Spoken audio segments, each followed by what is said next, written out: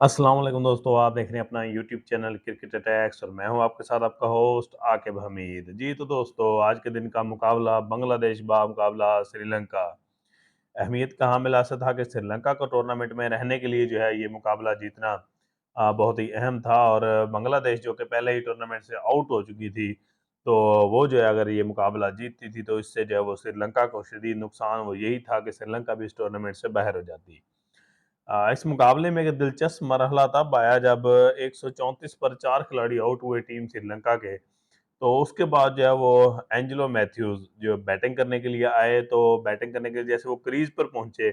वहाँ पर जो है वो उन्होंने अपना हेलमेट जब उन्होंने ज़रा टाइट करना चाहा उसको, तो हेलमेट जो है वो वहाँ पर उनका वहाँ से स्ट्रिप को निकल गई, वो टूट गया और जिस वजह से जो है वो उन्होंने इशारा किया अपने 12th प्लेयर को कि वो जो है वो कोई इसका रिप्लेस जो है वो हेलमेट लेकर आएँ।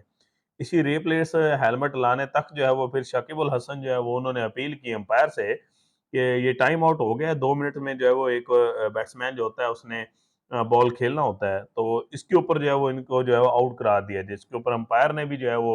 आउट करा दिया। लेकिन इसके ऊपर आउट तो वो हो गए, लेकिन इसके ऊपर बड़ा जो है वो गरमा-गर्मी भी रही ग्राउंड में। शकीब अल हसन ने अपील भी की एंजेलो मैथ्यूज़ ने, लेकिन उनकी इस अपील को जो है वो शकीब अल हसन बड़ा सीरियस ले गए और उन्होंने जो है वो नहीं सुना। इस अपील को ना सुनने के बाद जो है वो अब जो है वो क्रिकेट के हलकों में ये बात होना शुरू हो गई और साकिब अल हसन के ऊपर शदीद तनकीद हो रही है, बांग्लादेश के ऊपर तनकीद हो रही है कि ये कोई क्रिकेट स्पिरिट नहीं है। जिसके ऊपर भारत के जो है वो मशहूर सहाफ़ी हैं जी, विक्रांत गुप्ता स्पोर्ट्स जर्नलिस्ट, उन्होंने भी जो है वो ट्वीट किया और उन्होंने कहा है कि ये कोई गली मोहल्ले की क्रिकेट नहीं हो रही जहाँ पर साकिब अल हसन जो है वो इस तरह का बात कर रहे हैं, इस तरह जो है वो आउट ले रहे हैं और यहाँ कोई इतना भी मैच नहीं था एट द एंड कि आप जो है वो ओवर करवाने से लेट हो रहे हो। ये तो अभी मैच मिड में खेल रहा था। तो यहाँ पर जो है वो आप अपील कर रहे हैं और आप आउट ले रहे हैं, ये क्रिकेट स्पिरिट के जो है वो बहुत ये खिलाफ है और इस तरह जो है वो आप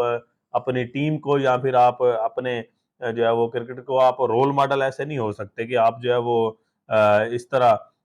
बिहेव करें, आप किसी प्लेयर को जो है वो वापस भेज दें और ये या तो फिर वो होता कि वो लेट होते, लेकिन वो क्रीज पर पहुंच चुके थे, क्रीज पर आके वो बिल्कुल तैयार थे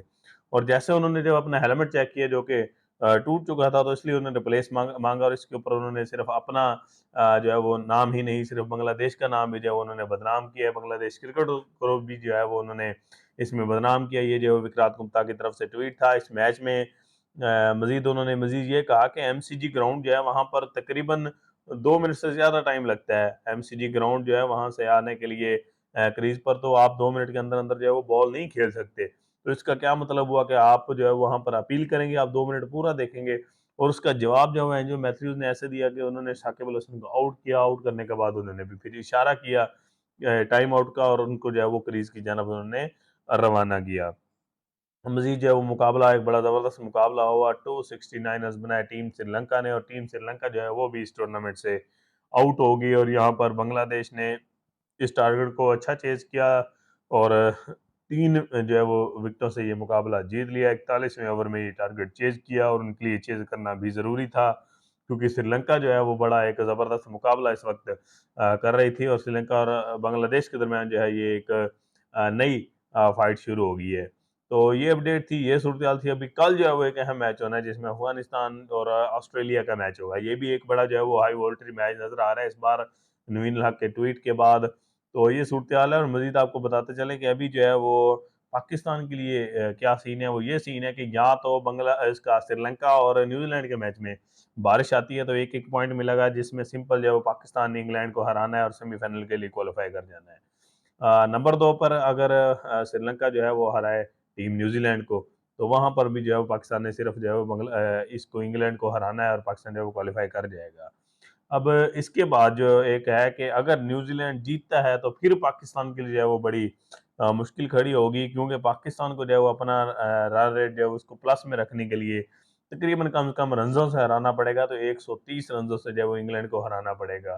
तो ये जो है वो कुछ इम्पॉसिबल सा नज़र आ रहा है। तो ये अपडेट थी, ये सूरत-हाल थी। मज़ीद जो भी अपडेट होगी, जो भी सूरत-हाल होगी, इससे हम आपको आगाह करते रहेंगे। अभी तक के लिए इजाज़त दीजिए। अल्लाह हाफ़िज़।